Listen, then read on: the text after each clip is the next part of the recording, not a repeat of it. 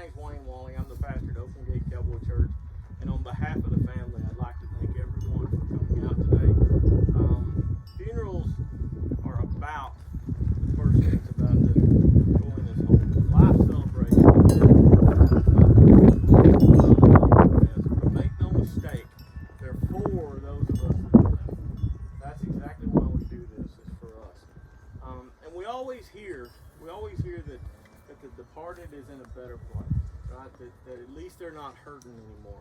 And while that's true, everybody here thinks the best place for him to be right now would be standing or sitting right next to you, right? So let's just remember that as we go. And a death and a celebration and all these things that we do, that doesn't mean that the relationship with your brother, with your father, with your cousin, with your uncle, with your grandfather, with your father, it doesn't mean any of that's going to change.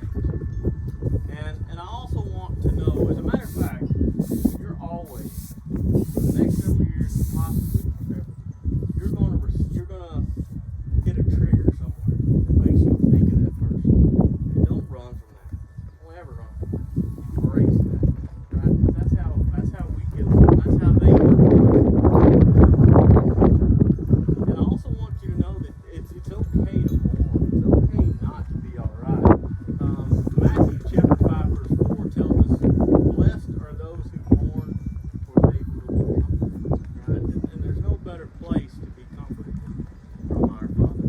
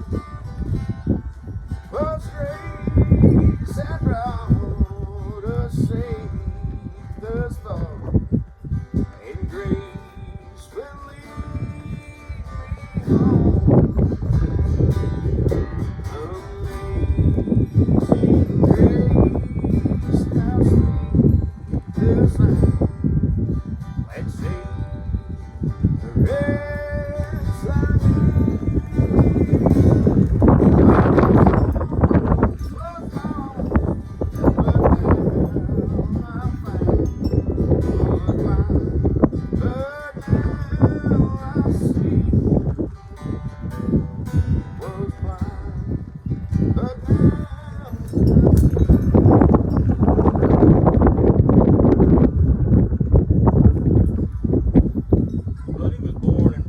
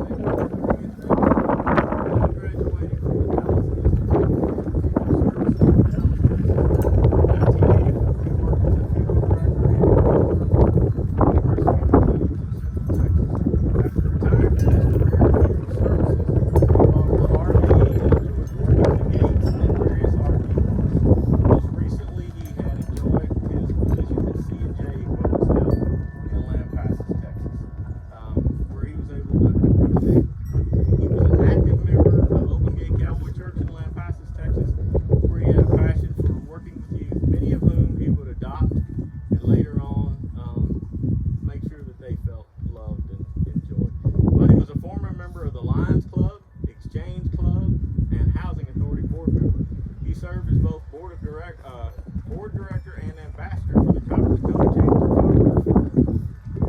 Buddy is preceded in death by his parents and his wife of 24 years, Deanie Sue Southards, and his beloved dog, Pepe. Not sure how many of you are old enough to remember Pepe, but Pepe was a deal. He's survived by his children, Stacy Schwabe and her husband, Dennis, James Southards, Scotty Southards and his wife, Christy, Tisha Benoist, brother Larry Southards, sisters Linda Keener, Wanda Barker, 4 grandchildren, Tyler, Cody, Julie, Caitlin, 1 great-grandson, Eli, numerous nieces and nephews, and his great-nieces, Shelby and Sienna. Buddy is also survived by Angel Shipler, Marissa Solis, Tamara Hall, Drew Hall, Ashley Hall, Kinsey Barr, Crystal Tatum, Alyssa Emidon, all of whom he loved and considered to be extended family. For those of you that didn't know Buddy, he kind of adopted everyone as he came along. So there's no doubt about that whatsoever. When you prepare a eulogy for someone, they fall into 2 categories. Either you knew the person, or you're able to sit at a table with a few of the family members, put together something that you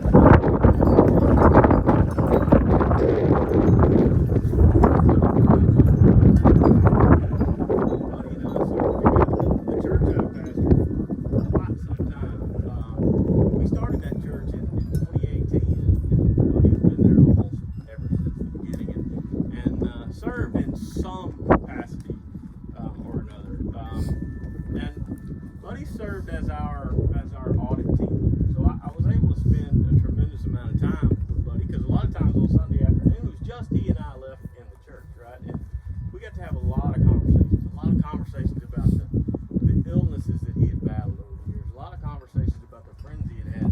But those conversations almost always turn to conversations of different times, horses and carriages that he purchased over the years, and particularly the road trips to go get them, right? Road trips always end in a good story. But mainly the years he had spent with his wife, right?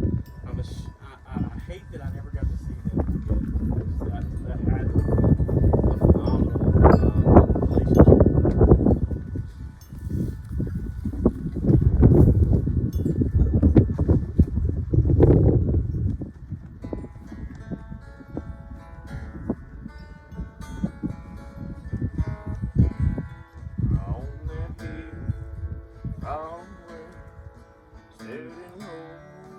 Rugged cross, the emblem of suffering and shame,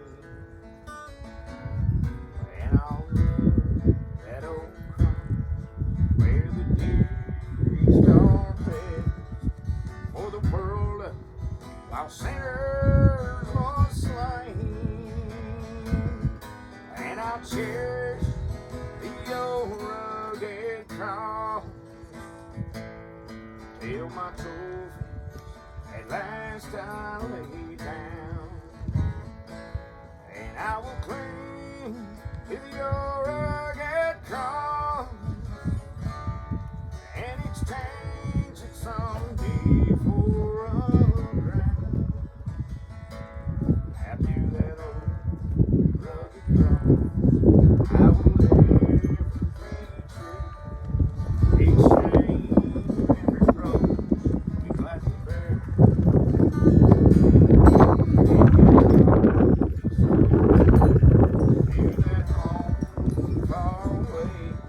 where his glory forever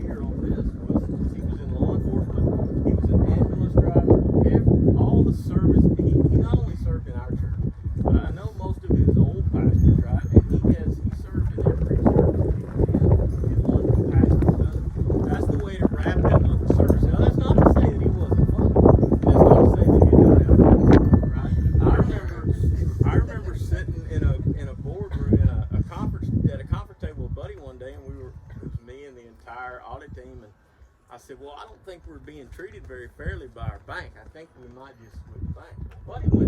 He banked there personally. Buddy said, well, I quit. I said, over a bank? And he was holding true to that. So it was a while before I switched banks. But if I were to tell a funny story about Buddy, that really his life would be told by our funeral director. He told me a story the other day. Buddy, underneath this flag is a pine box coffin, and Buddy had picked it out to be buried in some time back. And he was told by the funeral director, he said, Buddy, that's a little casket.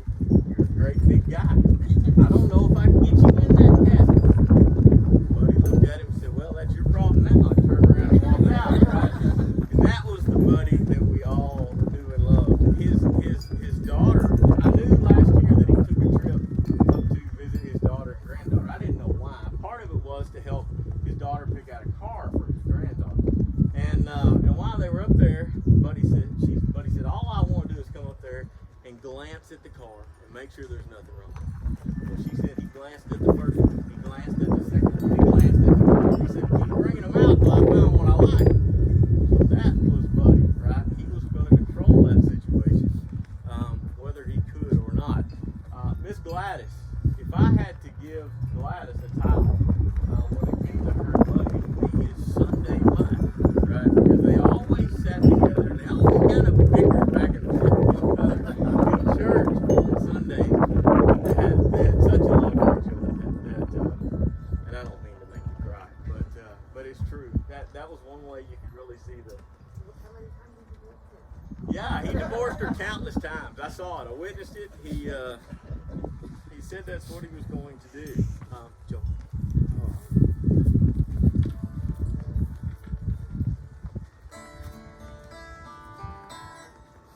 Well, it seems each day I travel, it's harder each time. The mountains seem much higher and harder to climb. But once I reach the top, that victory's so sweet. It's worth every valley, if by Jesus I will be.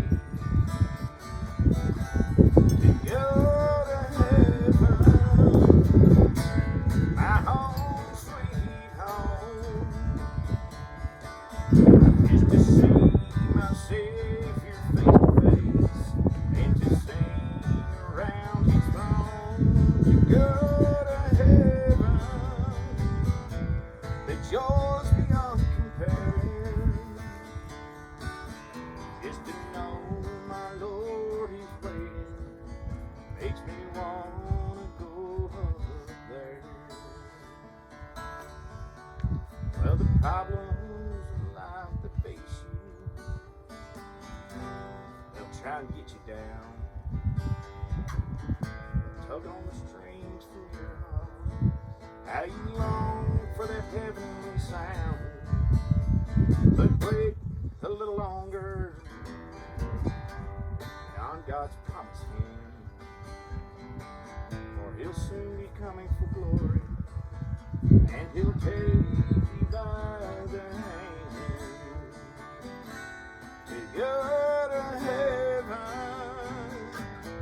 my home, sweet home, is to see my Savior face to face, and to sing around His throne. To go to heaven, the joys beyond compare, is to know my Lord is waiting, makes me wanna go home. Just to know my Lord is waiting makes me wanna go up there. Amen.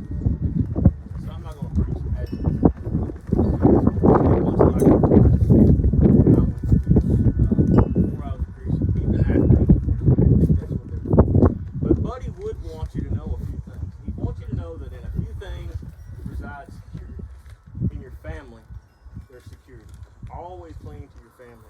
There's security in doing the right thing. Always do the right thing. There's security in knowing your final destination. Make no mistake about it. We're all going to face a decision, and that decision is one or two destinations. That's heaven or hell, right? I don't have any doubt where that man is today. He's in heaven, and he is that because he's there because he knew that there was security in his Savior, right? In his Savior Jesus Christ. And we're told in the Bible that all we have to do is believe in our hearts that Jesus was who he said he was, and confess with our mouth our sins. We too can do exactly that, everybody. In John chapter 14, Jesus tells us, "My Father's house has many rooms. If that were not so, would I have told you that I am going there to prepare a place for you? And if I go and prepare a place for you, I will come back and take you to be with me, that you may also be where I am." So if we find any comfort today, our comfort is that we know that Buddy is with his Lord and Savior on this very moment, and he will be throughout eternity. Well, he always wanted to ride away instead of fly away. Well, some glad morning when this life is over, I'll ride away to a home on God's celestial shore. I'll ride away. Oh, I'll ride away. Oh, glory. I'll ride away in that morning when I die.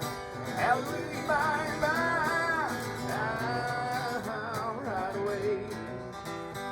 Oh, when the shadows of this life is gone, I'll ride away like a bird from